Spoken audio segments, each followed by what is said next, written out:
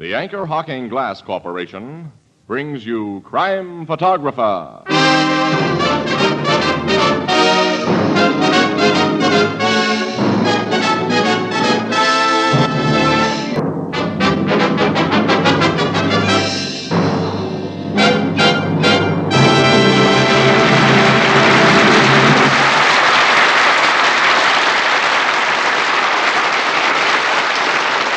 Good evening, ladies and gentlemen. This is Tony Marvin. Every week at this time, the Anchor Hocking Glass Corporation of Lancaster, Ohio, and its more than 10,000 employees bring you another adventure of Casey, crime photographer, ace cameraman who covers the crime news of a great city. Written by Alonzo Dean Cole, our adventure for tonight, The Gentle Strangler.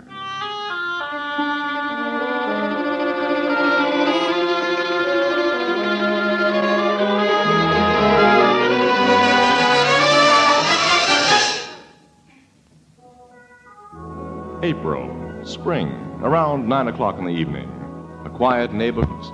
From one of these homes, a dignified, white-haired gentleman emerges and strolls leisurely down a tree-lined avenue.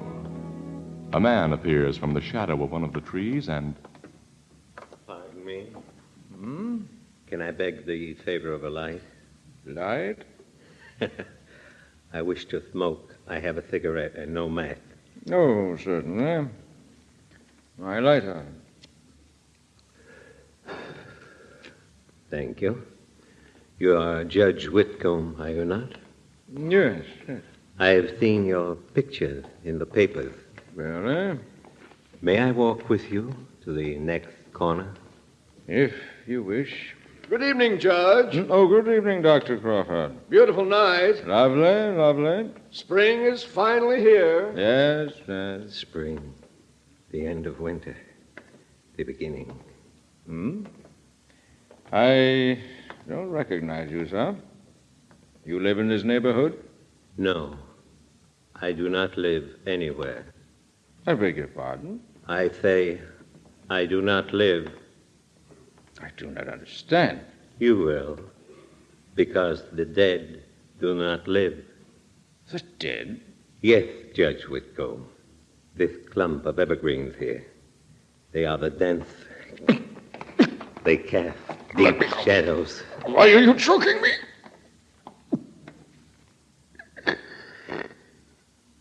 You see, Judge, you do not live anymore. You do not live.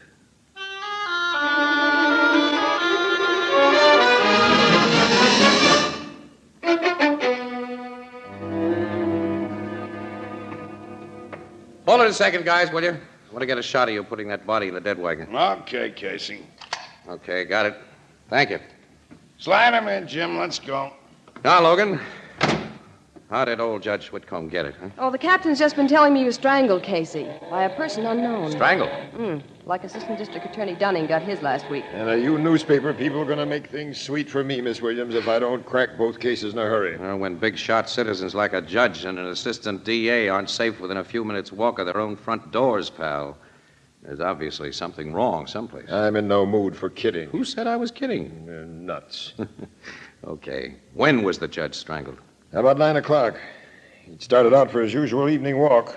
Shortly after he left his house, Dr. Crawford, who lives in the next block, saw him with a strange man. But except that he was a big guy, and the doc can't give any description of the stranger. Well, nothing was stolen from the judge, Casey. Apparently, the motive wasn't robbery any more than it was in the Dunning murder. When a criminal court's judge and an assistant DA get killed within a week of each other, Logan, and are killed the same way... Sure, it looks as though someone they sent to jail is pulling a payoff. Oh, right. Dunning prosecuted an awful lot of crooks before Judge Whitcomb. Hundreds, Miss Williams.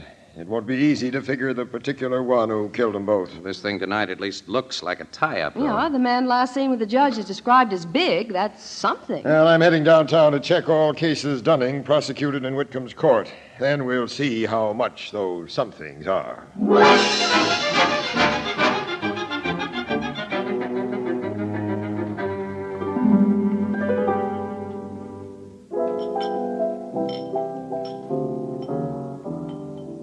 Joe, will you take care of that lady over at the table? She wants a glass of half and half that's a third ginger ale. Oh, such people come in here, Miss Williams. They ask for the darndest things. I'll have another glass of water, pal. There, you see what I mean? Mm-hmm. Your pretzels, Ethelbert, have given him a thirst. That's the idea of having pretzels on the bar. But a thirst for water don't pay our rent or our license. I'll tell you what. I'll come in here someday and buy a beer, Ethelbert. That is when the price comes down. Have a pretzel, Annie? Mind if I do? While you two are eating up the profits, what's new on them strangling cases? Don't you read the papers? Sure I do. And I think it's a crying shame the way they're all picking on Captain Logan. You and Miss Williams told me he ain't got a single clue to work on outside of the idea that Dunning and Judge Whitcomb was killed by the same man. Yeah, well, that idea's beginning to pay off now, Ethelbert. Logan made an arrest this evening. He did? Yep. And it looks as though he has the right man. Well, tell me about it. Well, about 8 years ago, Lloyd Dunning prosecuted a crook named Rankin before Judge Whitcomb on a burglary charge and got a conviction. And the judge gave Rankin the limit. Rankin claimed he'd had a raw deal, made a lot of big threats. He was released from prison just a week before Dunning was strangled. He's a big man, and he has no alibi for the times when the killings took place. Have another pretzel. Thanks. A little more water, Ethelbert. For both of us. You know that water's on a meter, don't you? This is becoming an outright swindle. Hey, you better fill the pretzel bowl up, too. We're touching bottom down here. Okay, but... Oh, excuse me, there's the bar phone. His pretzels were saved by the bell, Annie. Blue Note Cafe, Ethelbert speaking. Yeah, he's right here. Your city editor, Casey. Uh-oh. All right, give me it. Take it. Hello, Burke. Wait a minute. Oh, now, Burke. Well, okay, all right, I got a pencil ready. Go ahead, shoot. Alleyway on Market Street, just south of 12th. I got it. What? What's happened there? What? We're on our way, Burke, right now. I say, what is it, Casey? Another strangling, Annie. Another? A detective got it this time, and Rankin didn't do the job. He's locked up in jail.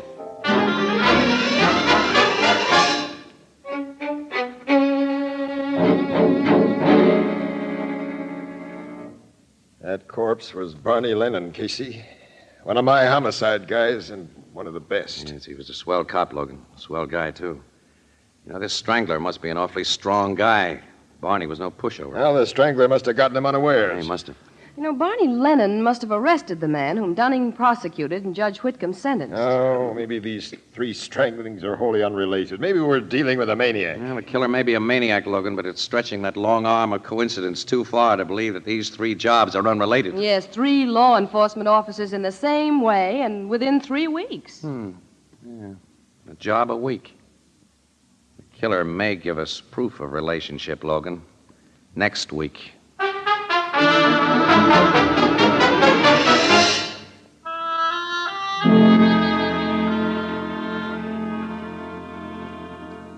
Look, Mr. Candido, never have I offered anyone such a bargain in my shop. An almost new speed graphic camera with a double plasma lens. Jake, I need another camera like you need 12 toes. Dan, sell one of your old ones. I'll make you a trade. If I lose money, so what? If you lost money on a deal, so it'd be a miracle. I'm trading no cameras today. Yeah, well, say, a man can only try, you know. Send out that stuff I ordered first thing in the morning, will you? For you, Mr. Candido, I'll have it delivered as soon as I open the shop. And don't forget, I need those photo folders especially. You'll get them. The new business is doing good, huh? I can't complain. When I think of you running a photographic studio that specializes in taking pictures of little children, I got to laugh. You who used to be a press photographer taking shots of fires and accidents and political conventions. It was those conventions that made me decide to leave the newspaper business. Good night, Jake. Well, I'll take you to the door, then I'm going to lock up and go home myself. There wouldn't be any more business tonight. That big guy looking in your window may be a customer. Dan, don't be crazy. He's just a window shopper. I can always tell. Well, good night, Mr. Candido. Night, Jake. And don't forget that early delivery. First thing in the morning, you'll get it. I got it all written down. Nice camera you have in your window. The best that money can buy, mister. I'd like to buy one. Hey, you like it? Say, well, a man could be wrong. I beg your pardon? I was just saying to my last customer that you was only a window shopper. I was going to close up. Oh, come on in. Thank you. You are the proprietor of this? It's me. Now, what kind of camera can I show you? Do you keep other things besides cameras? Anything for taking pictures, I got it. Where? This store is so small. I got a big stock room in front. Before I select a new camera, I had in mind an enlarger. Well, I got that big stuff in back. Now, what size do you want? Now, bring it out. To save you the trouble, suppose I go with you and look. Okay, this way. And what a bargain I can give you. Like none you ever had before in your life. If it's a 4x5 you want, I got an all condensers. And if it's a 5.7, I got an only simple projection that would make you... It is only you I want. Look, Only you I want. Only you.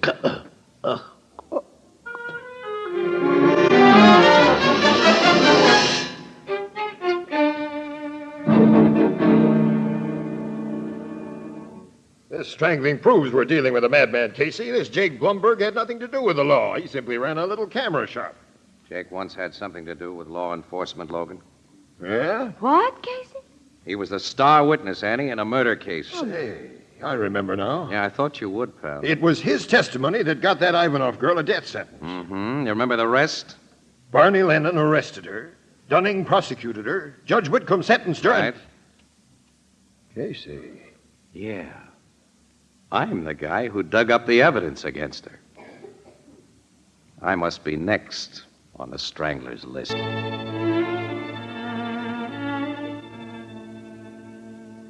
Come on now, talk, Casey. Tell me about this Ivanov case. Well, okay, Annie. It was before you came to work on the paper. 1939 or 40. 39, Logan. The war just started in Europe. Yeah.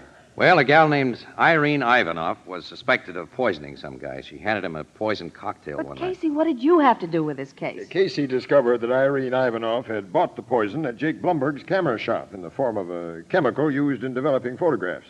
Now, he got Jake to identify her, and that convinced a jury. Assistant District Attorney Dunning, Barney Lennon, and I were able to show that the Ivanov dame never even snapped a camera shutter in her life and had no legitimate use for photographic supplies. Before Judge Whitcomb could sentence her, she committed suicide. Suicide? Yep.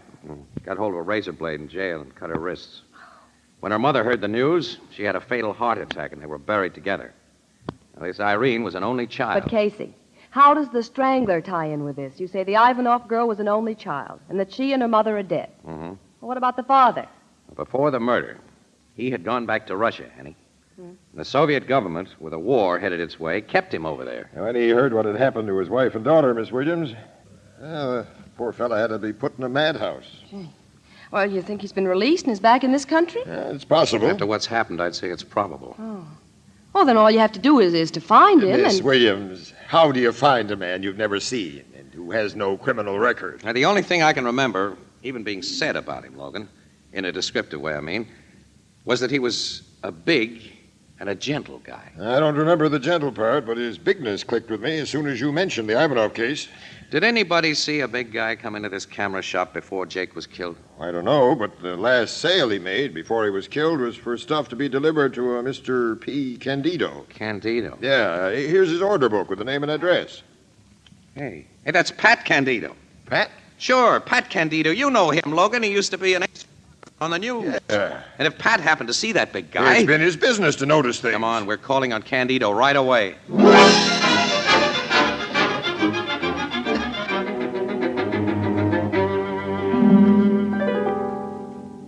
The medical examiner says that Jake was killed at about 7:30, Candido. You say you left his shop at about that time? Yes, Jake said he was closing up his place and going home. But I saw someone go in right after I left. What did he look like, Pat? He was big, Casey. That's all I can tell you about him. Oh, well, you got to tell us more than that, fella. That guy was Jake's murderer. Now think. Come on. I've been thinking.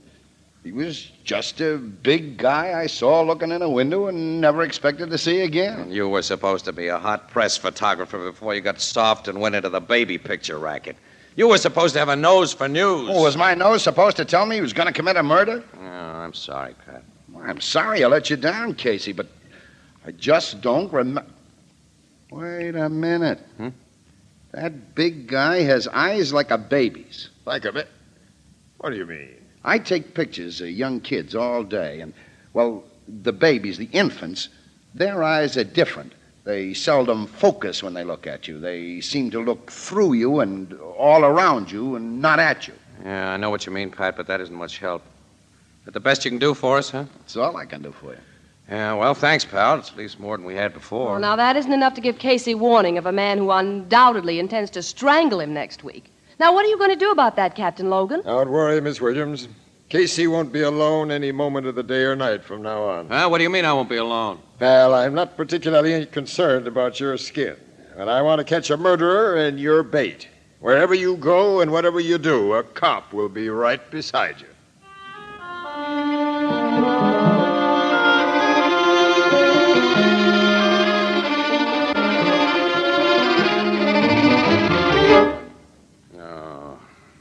I feel like a 2-year-old kid that isn't allowed out without his nursemaid.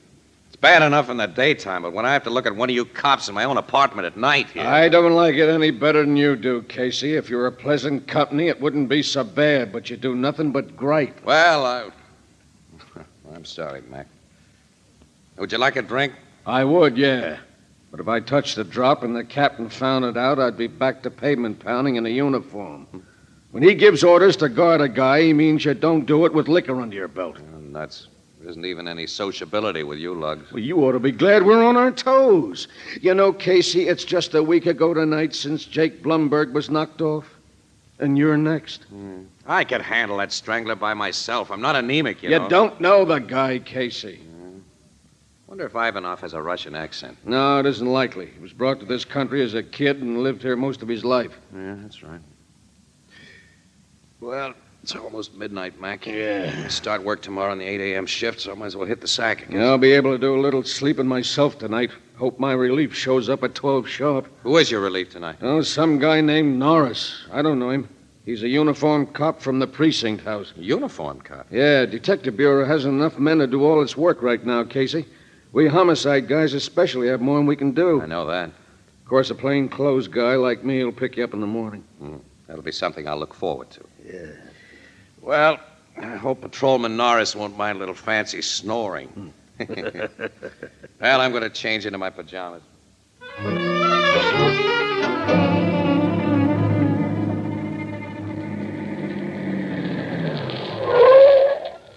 All right, this is the place, Norris. Casey's apartment's 3B. Thanks for giving me a lift here, Lieutenant.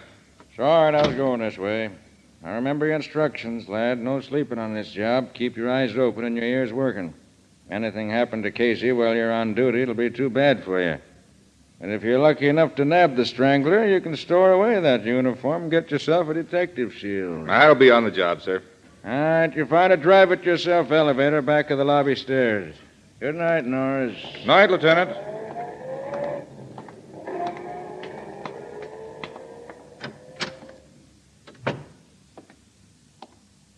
Good evening, officer.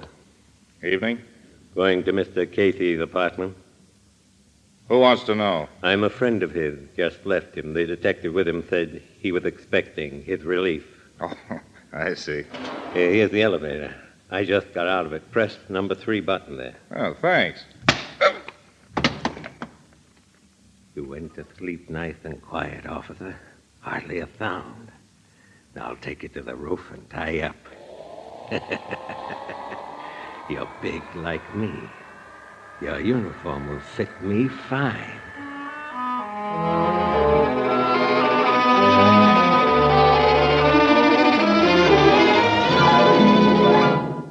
That relief cop is over 5 minutes late already, Casey. Well, you're actually off duty now, Mac. How about that nightcap? No, thanks. Not till the guy gets here.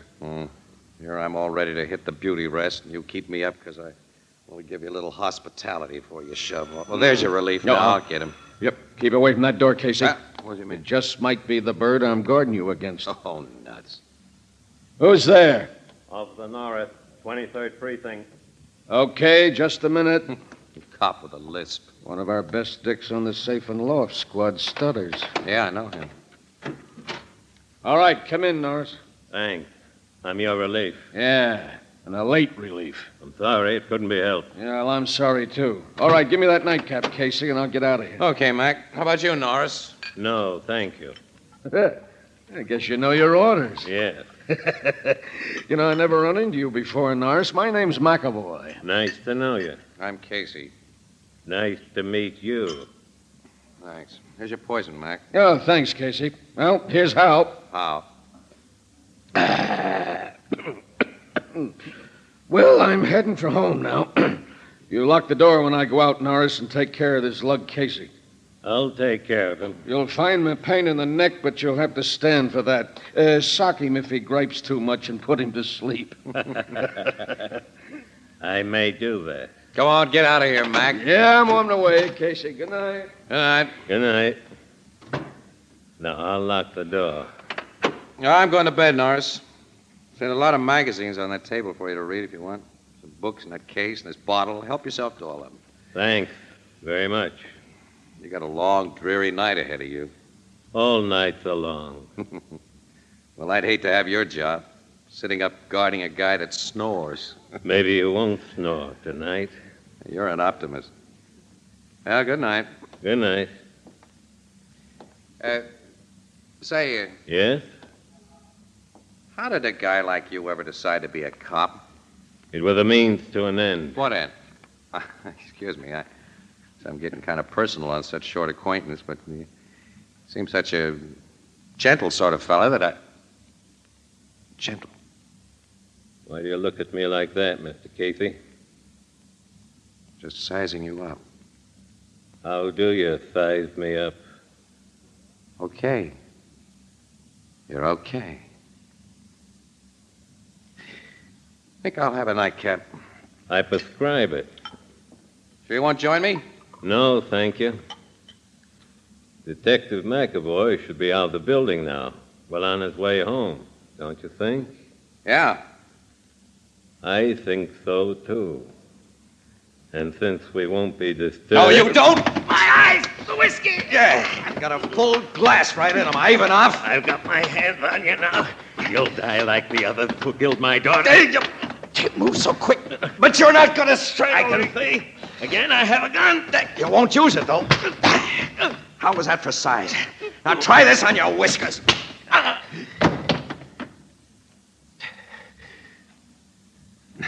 Boy, if you'd ever really gotten those big mitts of yours around my neck.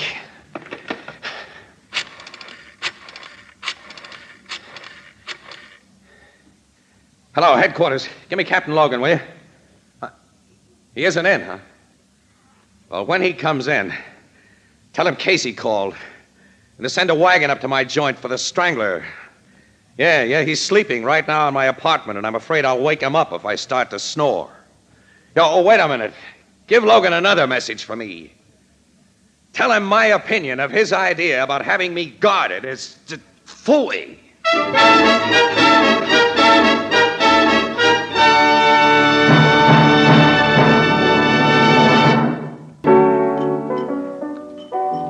But, Casey, how did you get wise to that Ivanov guy in the cop's uniform? His eyes were like a baby's, Ethelbert. They didn't focus. The eyes of mad people are often like that. Yeah.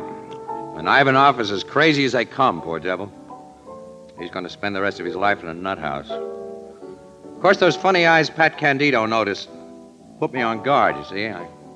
I filled that whiskey glass just in case. I wasn't going to take any chances. Ivanov had the cop's revolver, Ethelbert, in case he couldn't take chances. Right. How'd you find the cop whose uniform Ivanov had taken? He was on the roof, tied up and gagged. Otherwise, he was okay. Ivanov had been listening outside Casey's door. He'd heard the name of the cop that was to relieve McAvoy, and that McAvoy didn't know him personally, so he just put poor Norris to sleep and took his place. Seems to me that for a crazy guy, he went about his strangling business in a pretty smart way.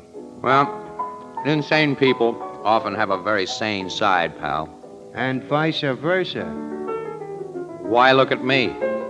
I wasn't looking at you, Casey. I was looking at that pretzel bowl. Oh, well, don't just look at it. It's empty again. Fill it up. Yeah. And Ethelbert. I know. 2 more glasses of water. Yeah, and cold this time.